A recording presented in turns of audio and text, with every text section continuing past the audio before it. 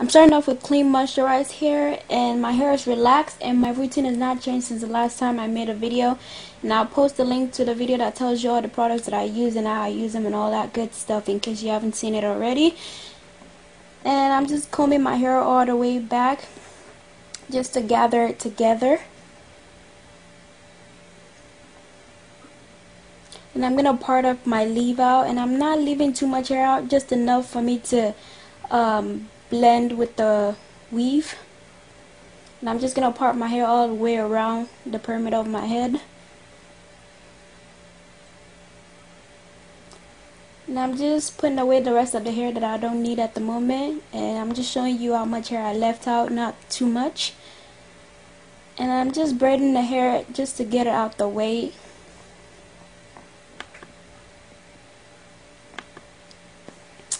And don't worry if it's not neat, it's not meant to be neat because no one is going to be seeing all that. So yeah. Then I'm going to go ahead and take out that bun and part up the hair that I'm going to be braiding.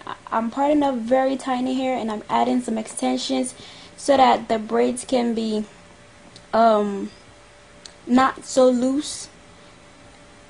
And also so that the wig will not pull off my hair when I do sew it on. And I'm just going to braid that all the way around the perimeter of my head to the other side. And that's the finished product. Again, it doesn't have to be neat as long as you have some kind of braid in your head. Then I'm going to go ahead and braid the rest of my hair. I initially planned on doing tiny cornrows so that everything will lay flat, but I was running out of time. So I did about 4 chunky braids.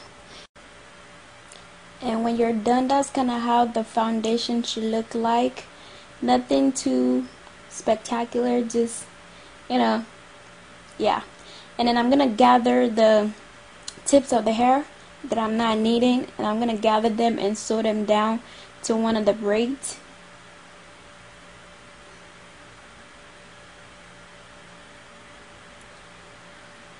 And in case you're wondering, the lipstick that I have on is called Really Red by Revlon.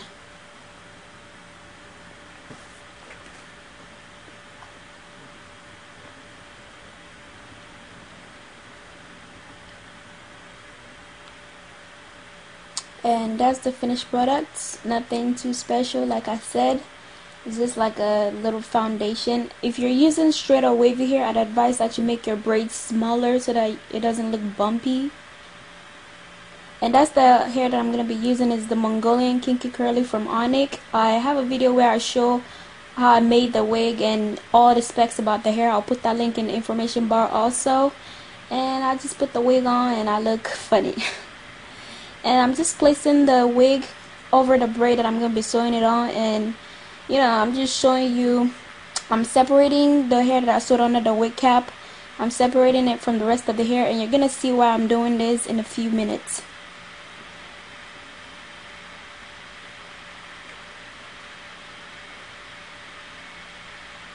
And I'm just going to do that all the way around the perimeter. I'm just going to put the rest of the hair that I'm not going to be needing away. And I'm sewing underneath my braid and through the net, and I'm taking the needle out through the band of the cap. And I hope you guys understand what I'm saying. I'm doing this because I want the wig to be to stay put. I don't want too much movement with the wig as a whole, because I don't want it to pull on my hair. Also, it also makes it last longer. It's just like a sewing. You think of it as a sewing. You want to good sewing so that it wouldn't be loose after 1 week of having it done and having to redo it. So that's basically the whole concept behind this. And I'm just sewing, I'm making the stitches very close to each other also, just because I don't want too much movement and I want it to last long. And that's the finished product, and this itself could be a style too. After defining the curls, you can wear it as a style. And this is what I meant by leaving out the hair that I sewed underneath the cap, so that you don't see any tracks, you don't see any braids. It just covers everything, and you can camouflage a lot of things. I'm just spraying the hair right now with a mixture of water and conditioner so that I can be able to work with the hair better. And I'm also wetting my actual hair also, and I got my hair damp because I'm going to do a braid out. When I put the weave here in the ponytail, it had a bit of texture to it. I wasn't able to get it smooth, so in order for me to blend my hair with it, I had to do a braid out.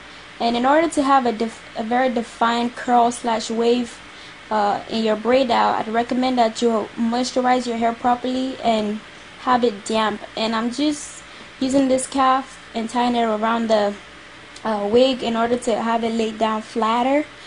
And after a few hours, I took it off, and at that time my braids already dried also, and I'm just taking it out in order to blend with the wig. And I'm just gonna gather my hair along with the weave hair, gather everything together. As you guys can see, everything is blending pretty nicely, and I'm just gonna put that in a ponytail also, just to join it with the weave hair. And if you want to leave your hair in a ponytail, you may leave it in a ponytail. And I'm just fixing up my edges with the Fantasia IC styling gel, and there's the back right there. You can't see anything, no bumps, no nothing. I wasn't able to really work with the bun because the hair is shorter in some places and longer in some places, so I just gather it together and place bobby pins in several places just randomly. And that's the finished look. And I'm just showing you what it looks like all around. And my earrings, one of my subscribers sent it to me, and I really like them. Thank you so much, Naja. Her jewelry site is called Bedazzled. I'll put the link in the information bar below, so please don't forget to check it out if you're interested. And then I'm just being goofy right here, don't mind me. And that's basically it. Thank you all so much for watching, and I'll talk to you all later.